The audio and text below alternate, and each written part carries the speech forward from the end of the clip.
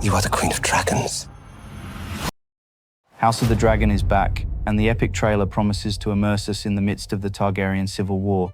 Dragon battles in the air, fierce naval battles, and massive army clashes await viewers in the new season. However, behind the grandeur, there are issues that have led to George R.R. Martin's official absence from the production. What is shown in the trailer really catches, and where the screenwriters boldly depart from the viewer's expectations, we will analyze in the coming minutes. But first, the main thing, House of Dragon comes to the peak of drama. The trailer is mesmerizing. It flashes fragments of grand battles where each character plays his role. Especially memorable are the shots with Rhaenyra in the heart of the capital, in the royal harbour. Their symbolism is transparent. This is a hint of the imminent capture of the city, which will turn the tide of the civil war. It is noteworthy that the trailer avoids showing the scene with the Black Queen sitting on the Iron Throne. However, it is important to remember that Rhaenys is aware of the prophecy of the Long Night, which has been previously mentioned as playing a significant role in the upcoming season. This prophecy is likely to serve as a key motivation for her claim to the throne. The trailer instead focuses on emotional moments with numerous scenes depicting the characters screaming or suffering, reflecting the ongoing civil war. At the beginning of the trailer, Daemon states that Rhaenys has more power than any other person.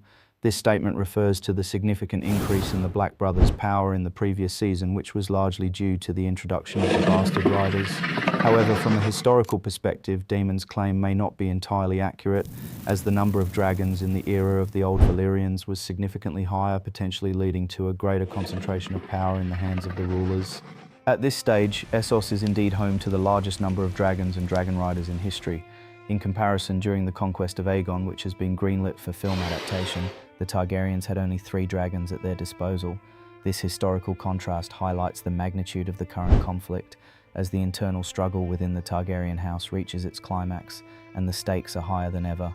Daemon purposefully pushes Rhaenyra towards a full-scale war and the capture of King's Landing, and his strategy proves successful. The Black Queen sits on her dragon Syrox and leaves the Dragonstone. In the following scenes of the trailer, Rhaenyra is already in the Red Castle. This can be determined by the characteristic architecture in the background, which harmoniously combines with the voiceover text. An additional visual confirmation of her presence is the bloody footprints on the black boots. The trailer hints that Rhaenys is preparing to take the Iron Throne.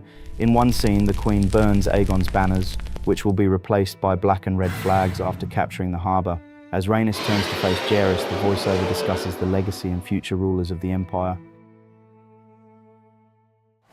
We won't get ahead of ourselves, spoilers can wait, but we can say with confidence that this season Jaehaerys will be in the very epicenter of events, and a lot of trials and discoveries await him. In addition, we will enjoy new scenes with Ormund Hightower, the Lord of Oldtown. His figure takes on a special significance. He leads an impressive army and becomes a new pillar for the Green Camp, which is about to be overwhelmed by the whirlwind of war. The scene in which Alicent wanders through the night probably takes place at the beginning of the season, after her return to the Red Keep from her meeting with Rhaenrya. The Queen was trying to end the war peacefully, as both sides had suffered losses and a compromise seemed like a reasonable solution. However, it's important to remember that the civil war was actually triggered by Alicent's actions and her interpretation of Viserys' final words, which became the catalyst for the conflict. Alicent's meeting with Rhaenrya takes place in the chambers of the Red Keep. However, the former friend is no longer willing to compromise, and there is no hint of a peaceful resolution on her face. In the first episodes, Rhaenyra faces several challenging events, some of which have already been hinted at in the trailer.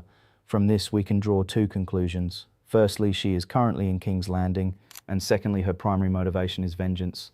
In the same scene, Rhaenys is looking at a skull that is lying in a burning rock. Although the scene has been featured in all the promotional material, it is still unclear who the skull belongs to.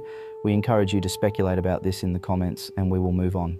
Meanwhile, King Aegon is not going to give up. He is determined to regain his throne. He is still alive, and his storyline will come to the fore. Aegon is ready to take extreme measures and kill his brother. It seems that his hatred for him is even stronger than his hatred for Rhaenyra. In parallel, Aemond is in Harrenhal. Without his usual bandage, he looks strikingly like the canonical Geralt of Rivia. In the 3rd season, he will take on a new role as Prince Regent, which will allow him to sit on the Iron Throne and dictate his will to the 7 kingdoms. By tricking him into leaving King's Landing, his enemies deprived him of a stronghold at an opportune moment. When he arrived on Vhagar, his intention was to engage the Black Army in a decisive battle, but fate had other plans. As soon as the dragon reached the castle walls, its fury was unleashed, and Vhagar incinerated several individuals in an instant. However, Daemon had already left the region at the end of the second season, and this fact brings us back to the impending takeover of King's Landing by Rhaenrya. Too many scenes in the trailer, and the first episodes are screaming about this. Events are inexorably moving towards a turning point in the war. The trailer generously provides us with battle scenes, with the opening Battle of the Gorge standing out in particular. This is a truly iconic event, large-scale and brutal, which will set the tone for the entire season and have a significant impact on the plot development. Interestingly, this naval battle was originally planned to be featured in the second season, but the creators decided to take their time. They postponed the battle to ensure that it would be presented with the appropriate grandeur at the beginning of the new season. Most likely we will see her in the second series. The first one will be devoted to the alignment of forces and the movement of key characters. And after that, the plot will undoubtedly move forward without stopping. But that's not all. The trailer also features epic armies clashing on the battlefield. It all leads to the legendary Battle of Tumbleton, a clash that will go down in history. Powerful forces converge under the banners. Ormund Hightower's army represents the steel-willed Oldtown. The Winter Wolves of the Starks embody northern resilience and loyalty to duty. Prince Daeron riding his dragon is a symbol of the ancient power of the Targaryens, the armies of the lords of the Riverlands and other territories whose swords and spears multiply the strength of the army. Ulf and Hugh the Hammer, soaring through the sky on their dragons, are a living embodiment of terror and power. This battle promises to be unprecedented in its scale, and its consequences will echo throughout the Kingdom of Westeros. With so many key characters on the battlefield, there will be tragic losses and unexpected plot twists. Every blade, every dragon, and every alliance is a potential source of drama. The most logical way to end this part of the story would be with the Battle of God's Eye, one of the most iconic scenes of the Civil War, where the fates of the characters will be intertwined. However, the creators are deliberately delaying this moment, as it will serve as the climax of the entire conflict. It's for this reason that events are rearranged and characters are shuffled, so that the tension reaches its peak and the resolution sounds like thunder over a war-torn land. It is noteworthy that the Winter Wolves received relatively little screen time in all the released materials, and even in the new trailer their presence is limited to just one additional scene. However, the Northerners will play a significant role in the confrontation between the Black and the Green, and the so-called Wolf Hour is expected to unfold. This raises the question of whether the writers plan to re-evaluate the Stark family's involvement in the story. George Martin has distanced himself from the series due to the creators' free interpretation of the original plot. The changes affect both minor and major aspects of the narrative. Minor adjustments include the relocation of the dragon. In the original source, it was located near Dragonstone, but in the series it was moved to the Arryn Valley. More significant changes involve who controls the dragon. Instead of Rhaena, a peasant named Nettle flies. This plot twist significantly changes the dynamics and emphasis of the story. Sheepstealer was considered a dangerous dragon. He attacked people and did not obey commands, so taming him was a serious risk. However, Rhaena was unyielding. For her, it was a matter of proving her Valyrian blood, a symbol of the Targaryen family's strength. This motivation prompted the authors to make the necessary changes to the story. These adjustments, which involve both minor details and key plot lines, are repeated throughout the adaptation. The final straw for George Martin was the exclusion of Prince Maekar, the son of King Aegon and Helaena, from the story. In the book, Maekar was trying to save himself from Rhaenyra, and his fate was extremely tragic. It is likely that the creators of the show decided not to include him in the narrative due to the heavy storyline.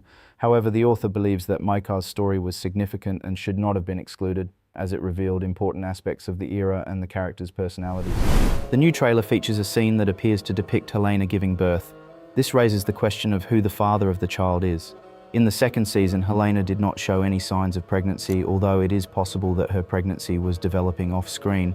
However, in the current situation, King Aemond is absent from the castle, as is Larys Strong, both of whom could potentially be the father. It is possible that the showrunners may explain this situation through Helena's visions, an element that has already been introduced in her storyline. There are a lot of questions and comments about the details of House of the Dragon.